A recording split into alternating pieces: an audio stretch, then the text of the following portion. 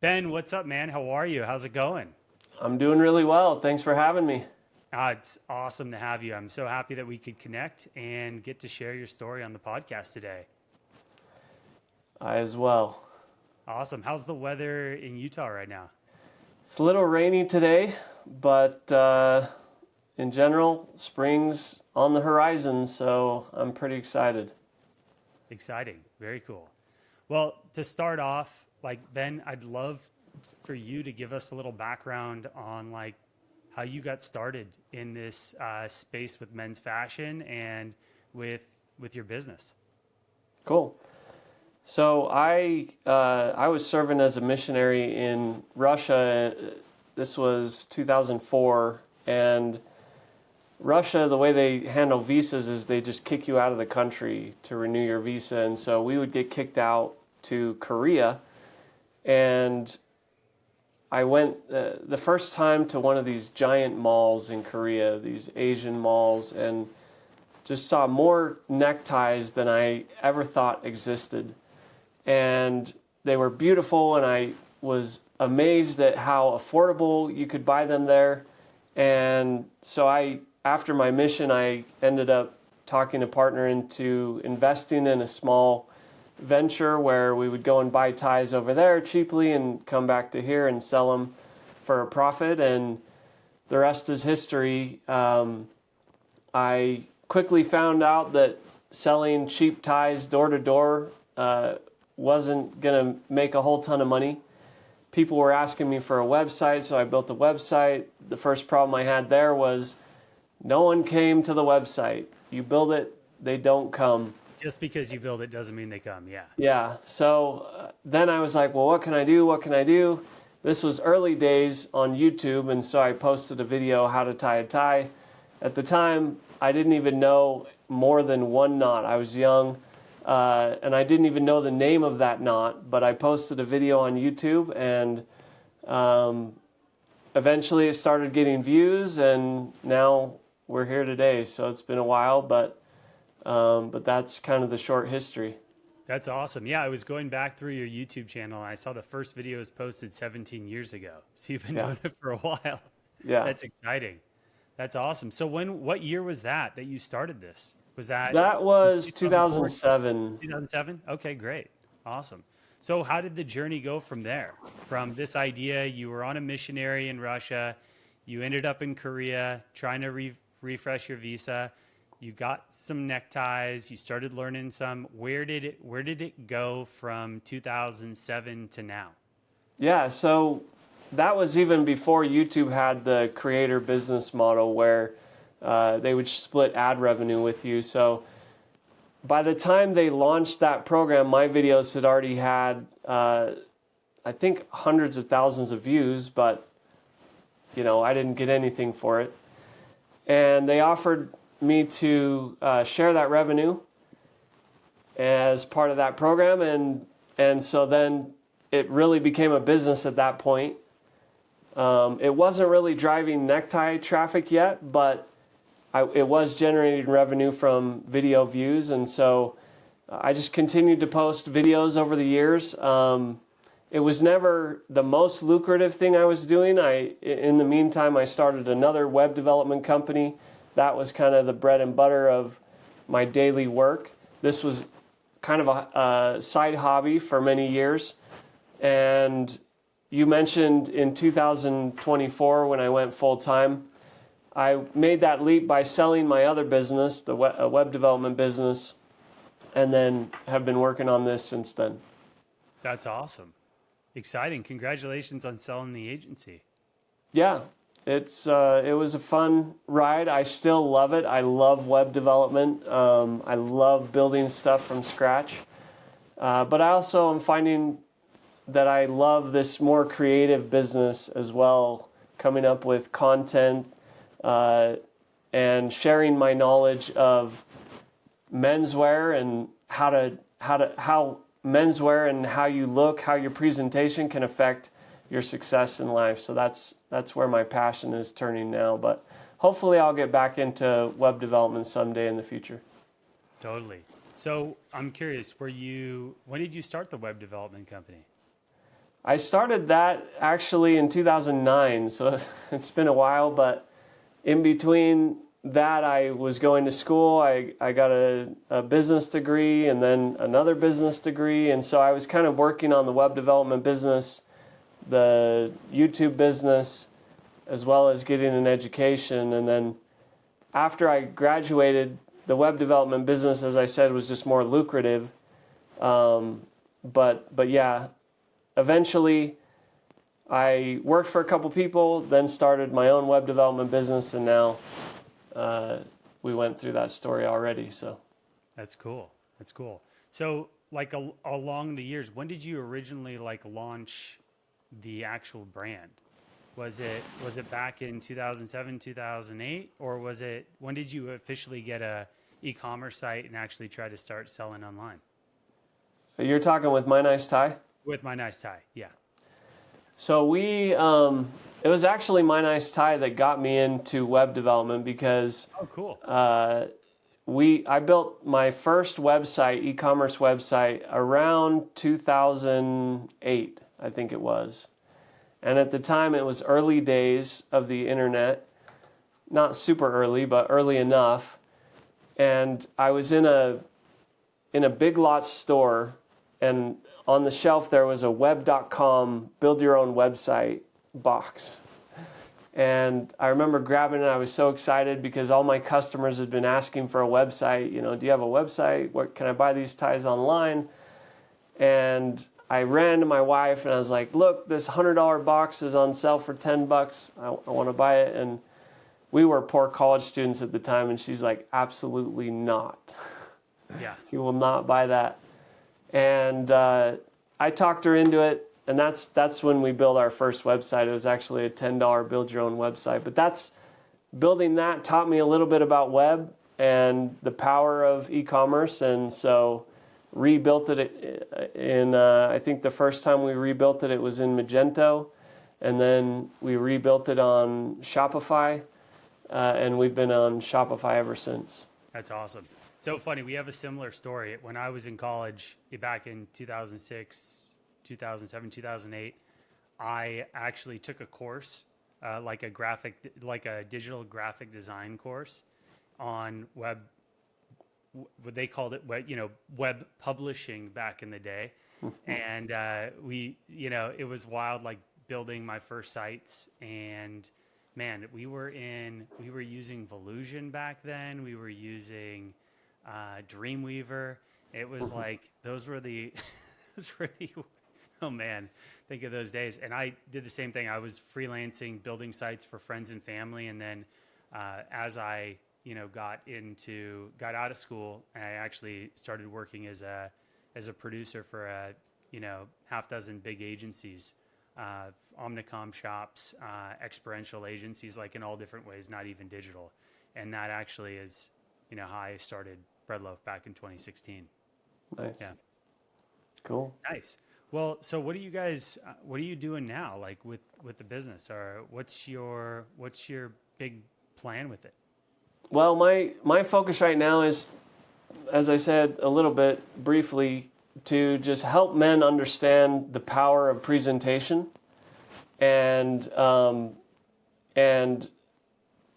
of educate them on why we do things the way we do them with our dress, particularly suits, neckties, how to buy a good suit, how to dress it, what colors to wear, what colors are going to be most effective, how to affordably present yourself in a way that's professional, and different topics in that realm. That's awesome. And I'm just curious, to everyone listening, like, can you give us some advice? Like, what should every man have in his wardrobe when it comes to suits? Well, this is one question I asked during our menswear tour across the U.S. Last year, I did a 8-city menswear tour where I went and asked different people in this industry that exact question, like, what should a man have in his wardrobe? And the number one thing you should start with, if you don't have a wardrobe, is a navy suit, similar to what I'm wearing, maybe even a little bit darker blue. But of all the suits you could buy, if you don't have a navy, that's the first one you should have in your closet. It's You would even say a navy over just a standard black suit. Oh yeah, navy's the first color. It's the most versatile. You can dress it up with a necktie and a pocket square. You can dress it down with tan chinos and some loafers. You can play with the shirt color, take the necktie off, and have a fun pattern on your shirt. Navy is the most versatile color you could have. So if there's one thing I'd recommend, it's a navy suit. That's awesome. Besides a navy suit, what else would you recommend for your standard, like, working professional? So the next color is charcoal. So if you have your navy, the next suit color is charcoal because it's the next most versatile. You can wear it to a funeral. You can wear it to a wedding. You can wear it to work without a jacket or even with a sports coat. You can wear it with your blue sports coat, although blue and charcoal don't necessarily go the best. But if you were to add on like a tan sports coat or a gray sports coat, you can mix and match those two suits. And really, as you add colors of suits and shirts, you kind of multiply your wardrobe where you can mix and match things to give yourself a fresh look every day, so that your wardrobe doesn't get stagnant. But those are definitely the two first steps: navy suit, charcoal suit. Sweet. And apart from those suits, when it comes to ties, what do you recommend every man should have, like, in his tie collection? That's a great question. So there's 4 colors you should have in ties. And let me say this before I even get into those 4 colors. People think, especially in America, they think that, oh, if I'm going to wear a tie, I need it to reflect my personality. It has to be bright and it has to have a pattern that I like. Men underestimate the power of a plain tie. If you have no other ties, start with 4 plain colors: olive, burgundy, gold, and what's the 4th one? Navy's a good one to go with as well. But those 4, play with texture more rather than play with pattern or stripes. You can see today I'm wearing a what's this? I don't know if you can see it that well, but it's I'm spacing on the name. A nice texture to it. It's a weave. Why am I forgetting the name? It starts with a G, but the texture gives you a little bit fresher look, a little bit more casual look. Even though you're formal with a necktie, the texture gives you that kind of casualness while still maintaining the professionalism of the necktie. So That's awesome. And what else should we include? Like, when it comes to shoes, maybe accessories, like we're putting together a fit right now. We got a couple different colors, right? We got a couple shirts, we got a couple suits, we got a couple ties. Like, what else should we do to really elevate a man's wardrobe and his closet? Yeah, so you got your you got your suits. The next thing I would say to go to is shirts. And people, again, underestimate the power of a white shirt. Start with white, but then expand from there. However, don't jump right to these really flowery patterns or really bold colors that are attractive to the eye. What happens is you walk into a menswear store and you're like, wow, there's 50 patterns. I need to choose one of these. Really? The more you study about menswear, you realize that there are some timeless patterns that never go away, that look good on every person. And one of those is the white shirt. The next is like a white and blue striped shirt. That, I don't care who you are, you take a white and light blue striped shirt with the thicker stripes, throw it on some tan pants, throw a navy sports coat on, you're going to look amazing. So that, but other subtle colors like light pink, even black. But you have to be careful if you go black, because I see a lot of people mess up trying to match neckties to black shirts. But yeah, so suits, then shirts. After that, it's all about the shoes. And here, again, a lot of people make the mistake of going to the shoe store and seeing what attracts my eye. What attracts your eye in a shoe store is not going to be what attracts people's eyes on the street when you're dressed in a suit. You can never go wrong with just plain Oxford shoes. The first would always be black, because the black shoe can go with the blue suit, the black shoe can go with the charcoal suit, the black shoe can go with any other color suits that you buy. So it's the most versatile. If you're going to a funeral, you want to be in all black, so you need that shoe. So that's why it's the first one you buy, is a black Oxford.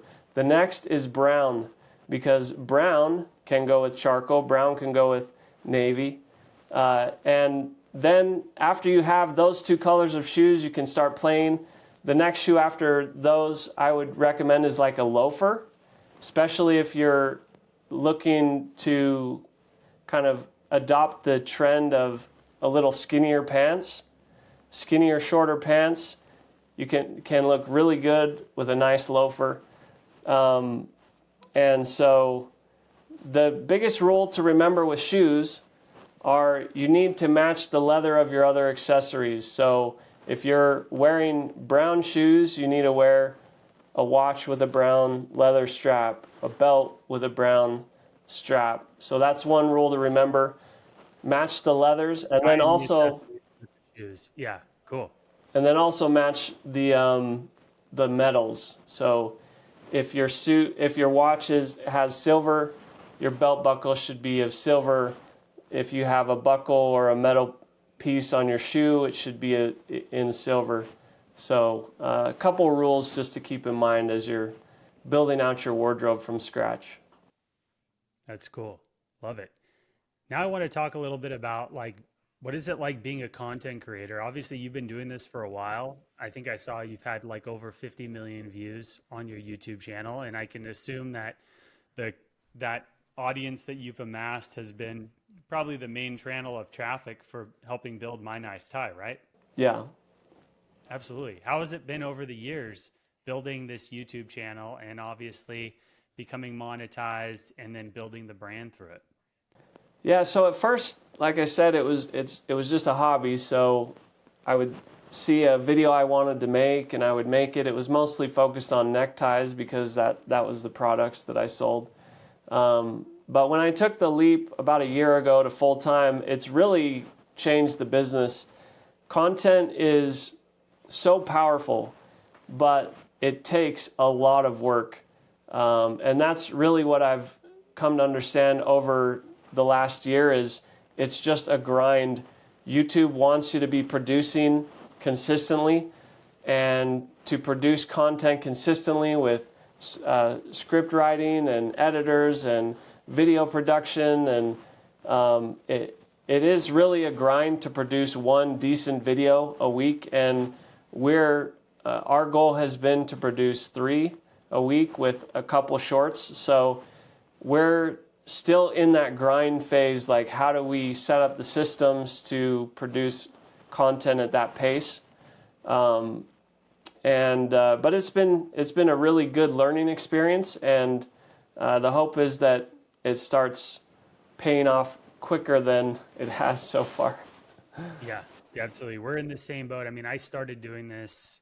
I started paying for podcast hosting back in 2017 and just looked at it every month just with like fear of getting started. And then it was about 3 years ago when we started, and that was just one a month one, then it went to 2 a month, and now we're up to 3 a week with YouTube and the podcast network syndicating, and we're trying to do a short a day. And it is a grind. It is humbling, to say the least, to see the success that some people, obviously big creators, have had with the time that they've put into the platform to achieve what they've put together. It is not easy. Yeah. Yeah, it's not easy, and I think the key is to just pay attention to what the audience is wanting and try to deliver on that, while knowing where your audience needs to go. That's kind of the gap. Like, I know menswear better than my audience, so I know what they should care about, but that doesn't mean they care about it yet. So you have to kind of strike that balance of pushing the audience in the right direction while not producing stuff that's not resonating with them. So Totally. And what would you say the main goal of your YouTube channel is to promote and grow MyNiceTie, or is it a mix of both, the monetization of YouTube and the business around MyNiceTie? I'm curious, as someone that, is forward facing and the personality behind the brand, how does that all work? yeah, so the goal used to be to sell ties. When I started working on it full time, I've spent a lot of time trying to figure out what that goal is. And the most succinct way I can summarize that goal is, I want to teach the way of a gentleman through mindset, presence, and conduct that make a man. So again, there's a lot packed into that one sentence, but the way of a gentleman, the mindset, presence, and conduct that maketh a man. So that's my number one goal of all the content that I do. I want men to become better men. And I do that through content, through presentation, and through sharing my own experience, and the success that I've had. Hopefully making them more successful, more happy, more wealthy, more wise, and more effective at making the world a better place. Very cool. And how has it been balancing, the creativity of like a creator business with a D2C business at the same time? How do you find time to really balance both of those sides of like getting into content creation, cranking out 3 episodes a week? I mean, it's a lot of work coming up with concepts, scripting, doing pre-production, filming, editing, and obviously scheduling and producing and looking at that full feedback loop. Apart from also sourcing, designing, customer support, fulfillment, marketing, all the things that go around with the D2C business as well. That's a great question, and my opinion on that has changed recently, and I could be wrong. My new opinion could be wrong. But what my focus is if I produce the best content in this niche, everything else follows. Because if people like the content, they engage with the content, they trust me and the things that I recommend, then that drives everything else. That's the mast of the ship, dividing the waves of the sea. If that content is good, then, and we've seen this with creators over and over again, then once you have that audience and you have a good stream of content, then you add on a product that makes sense. Like one product, actually, I don't know if I can say one product that I'm working on right now, but there are products related to your content that are just going to make sense. They're going to jump out at you and say, look, I know my audience, one. I know the kind of content that they want. I know the market because I'm paying attention to that. And I see a gaping hole in the market because I know those 2 previous things. So then you produce a product that fills that need for the audience that you know well and the market that you know well. I mean, that's really my focus. So it's not so much balance as it's maybe unbalance in some sense. I'm unbalanced towards producing the best content because I think that will produce the best products. And how big's your team? Do you have a team working behind the scenes, or is it just you? I have a video editor, and I have a video production guy who kind of jumps in different ways. But it's a pretty lean team right now. We are, and we're working our tails off. But the idea is to once we kind of cauterize that formula, how do we produce these videos? How do we make sure they're capturing the attention of our audience? Once we kind of formalize that into a process, then that's when we'll start adding people to the team. Very cool. What are some of your goals over the next couple of years with everything you're doing? Now you've got the web development business sold. I'm sure you had a good exit on that. You're full-time into this. It's not like you just stepped into it overnight. You've been doing it for years. Where do you see yourself, the YouTube channel, and the brand going over the next, 2 to 3 years? Well, that's hard to say. My personal goal is that we just become effective at accomplishing our mission, which is to make men better, to teach the ways of a gentleman. And really that's my number one goal. I don't have revenue goals really. I do want to start breaking even. Unfortunately, we're still not breaking even, and that's, I think, because I made a couple miscalculations with the way that YouTube understands audience these days versus the way that YouTube understood content when I first started posting back in 2007. There's been a drastic change, I think, internally to the way that their algorithm functions and the way that it's focused on audience. So it's taken us longer than I expected to kind of start catching that wave of audience, but we are now seeing that wave. We're about,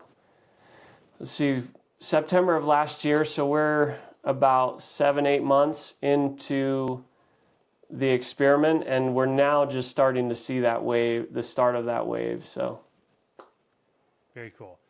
Are you guys doing anything else on the marketing side besides content creation? Or is it just, are you guys running ads? Are you guys doing anything else, or just content? Yep. Just the next YouTube video, Yeah. Interesting. Wow. Trying to keep that schedule. Yeah, absolutely. Very cool. Do you guys have any new releases of products coming out over the next couple months? How often do you guys release products on the brand?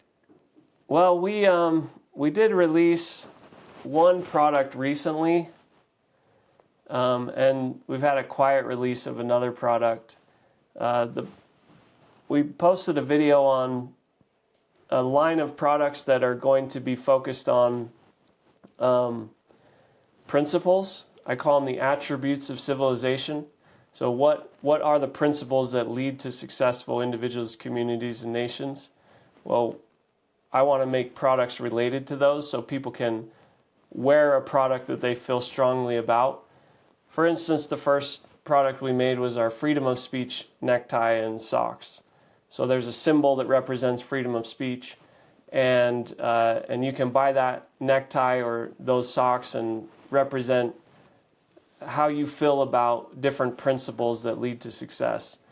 And we just launched that. It wasn't, like I said, we're not spending a whole lot of time on products yet, because I think the foundation of this business is YouTube revenue and content, and that's why I'm fully focused on that. But as I go, I had a couple products that were already in the pipeline, so to say, and so I'm kind of slowly launching those. Another product we're coming out with, we've already kind of soft launched it, is tail ties. So there's a lot of new necktie knots that you actually tie with the tail of the necktie. So Interesting. this is the blade and this is the tail. And some of the more creative knots, there's one that looks like a rosebud. There's another that I'm working on right now. It looks like the aperture of a camera. We created a line of neckties called tail ties. They're designed to make those knots. But we kind of soft launched that, and we're waiting to get the foundation of content before we start putting more effort into products. That's awesome. What's your favorite necktie? That's a good question. I wore this one today because I really like it. I love the kind of the texture of it. It's still a very solid color, but the texture it's warm and inviting. And this one's probably my favorite. I have another navy knit tie,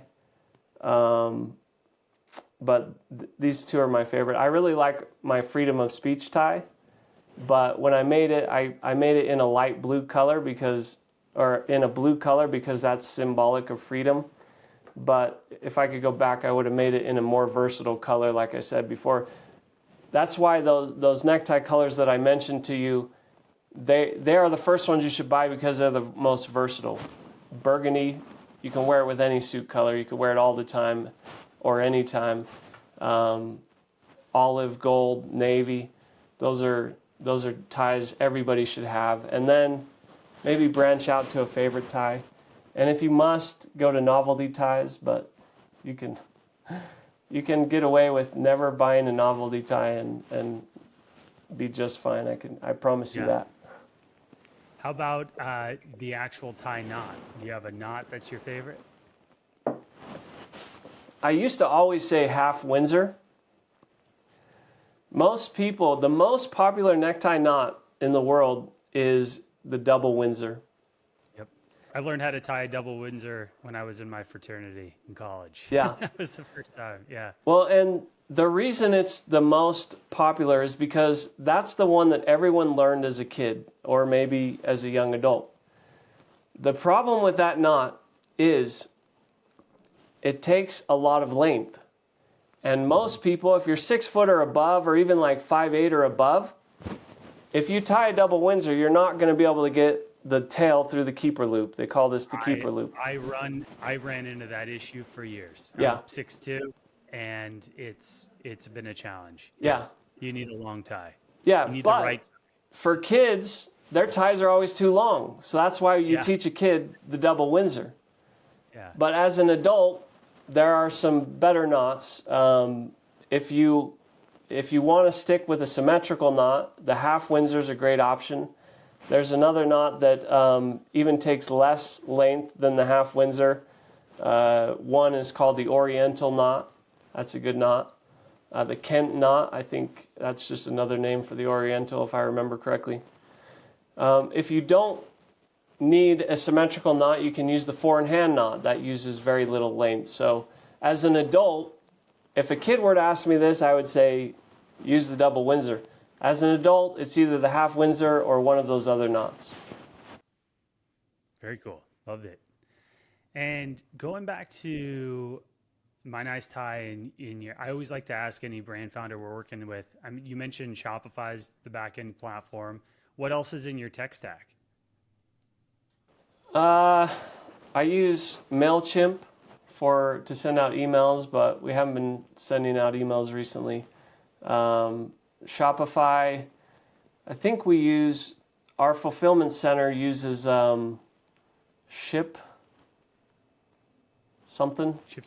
ShipStation, I think that's it. Yeah. That's worked out pretty well to get them the message when an order comes in. But it's a pretty slim tech stack. I mean, coming from the web development world, we had very wide tech stacks that we would do. And someday we may, if I wanted to, I could build our e-commerce site from scratch. But Shopify's been really good for us and to us. And even in web development, we would build e-commerce platforms for people. And it would take a high bar for us at the time to not recommend Shopify if their business was really focused on e-commerce. That said, things change a lot. I haven't built a new website since June of last year when my business sold. So a lot can change in a Yeah. Yeah. We've been a Shopify Plus partner since inception, and it's 95% of our clients are in the ecosystem. And 9 out of 10 times when we get a new client, it's usually a replatform from Magento or WooCommerce or BigCommerce into the Shopify ecosystem. Yeah. Yeah, we enjoy it. Yeah, Well, cool. a pretty powerful system. I think there are ways to make it better. In fact, I could design a better platform. The question is, would it be adopted? There's a big jump from there, but Shopify has enough of what you need that I think the next step up from Shopify would be like Demandware, and even then, I have my doubts that they could beat out a Shopify site. Yeah, yeah, and the great thing about Shopify is you can be a startup brand doing a couple $100 to a couple $1,000s a month, and you can be $1 billion brand on the platform, and you can scale with it. Yeah. Yeah. Do you know of a lot of $1 billion brands on Shopify? Yep. Yeah. I know that at that level, like after the two, maybe it's like 10 million to 10 million and above, there's a big draw to Demandware. I haven't figured it out. I know Demandware is a good platform. I haven't personally built any site on that platform. I've worked on a couple sites on Demandware. But I know that there's a powerful pull for companies to go to Demandware. I just don't know why. I thought maybe because at that level, Shopify isn't that great, but I'll take your word for it that Shopify can handle it. Shopify over the last 3 years has invested a lot into the Plus ecosystem. If you're doing over $250,000 to $300,000 a month, there's no reason why you shouldn't be in Plus versus the regular, an advanced version of Shopify. And, it just makes unit economic sense with the discount you're getting with your merchant processing and, the overall hosting capabilities and the access to scripts and the back-end checkout infrastructure. So it's totally scalable. And, the great thing about it is like some of these other custom platforms, your hands get tied behind your back with, needing a specific stack of devs to be able to be involved all the time, right? So it's just, Shopify, at the end of the day, a lot of these big brands like Kylie Cosmetics, right? $1 billion brand using Shopify. They don't need, they're not a technology first company, right? They're a product first, a marketing first company. They just need a tech stack that can get them to where they want to go and make it easy for their customers to check out, buy, and run that whole ecosystem. Yeah. So, yeah. Well, I haven't worked on many Shopify sites that are in Plus. And is Scripts a new thing? No, Scripts has been around for a while. Has it? Because that is one thing that I recommend for companies is you don't realize how annoying it can be if you're on a platform and your hands get tied behind your back. I think that's a great way to put it. And that was when we would recommend a platform for people, that was one of our big worries when they would come to us and say, oh, well, we want to use this platform. I'm like, are you sure? Because when we come back to you and say, we can't do something you're asking for, or we can do it, but it's going to be 10 times more than it should, it's going to cost 10 times more than it should. That was a situation that we tried to avoid a lot in web development. And that is one big reason why we would recommend Shopify, because we just haven't hit a situation where we couldn't do something using their apps or some other way. You could pretty much get anything you wanted. Totally. And it's only, the whole app ecosystem has built like a massive, it's built, it's, instead of having to, go to your dev and say, hey, I need this custom app built or I need this specific functionality, there's an app for that, right? And then over time, if you really need something and you're like, there's nothing there, you can go and build it, and it's doable. But it's interesting to see, the flywheel of the whole app ecosystem and how it's grown over the last decade. Yeah, that's critical. That's crucial, because the upside to that is when you're a small company trying to get started, you don't have to spend $30,000-$40,000 building this custom app. You can use the app that's there or one of the apps until you get big enough where you start needing integrations between the apps. That's something that the App Store doesn't do that well. You can get an app to ship, and you can get an app to send emails for people who left something in their cart, but you can't get an app. Usually it's hard to get those two apps to talk. But by then, hopefully you're big enough that you can afford to build your own system if you find some technology would help you. So yeah, I agree. The App Store is critical. Absolutely. Well, I got a question for you. For anyone that's looking to start something similar to you, and I think what you're doing is incredible, because anytime someone asks me, how should I start a brand? And I hear this all the time from friends and family and people in my network, and when I'm speaking at events, I hear, Mark, I have an idea. I want to start something.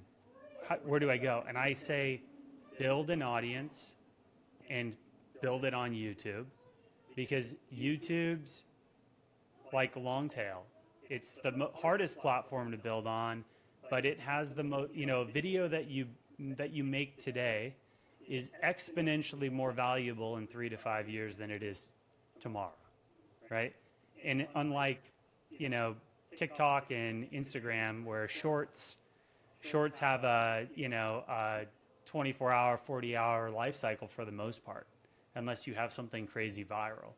And so I think, I always tell people, build an audience on YouTube and continue to build a brand off of that audience. So what advice would you have to anyone that's starting up today, or even an existing brand owner that wants to syndicate and build their own content but doesn't know how to get started?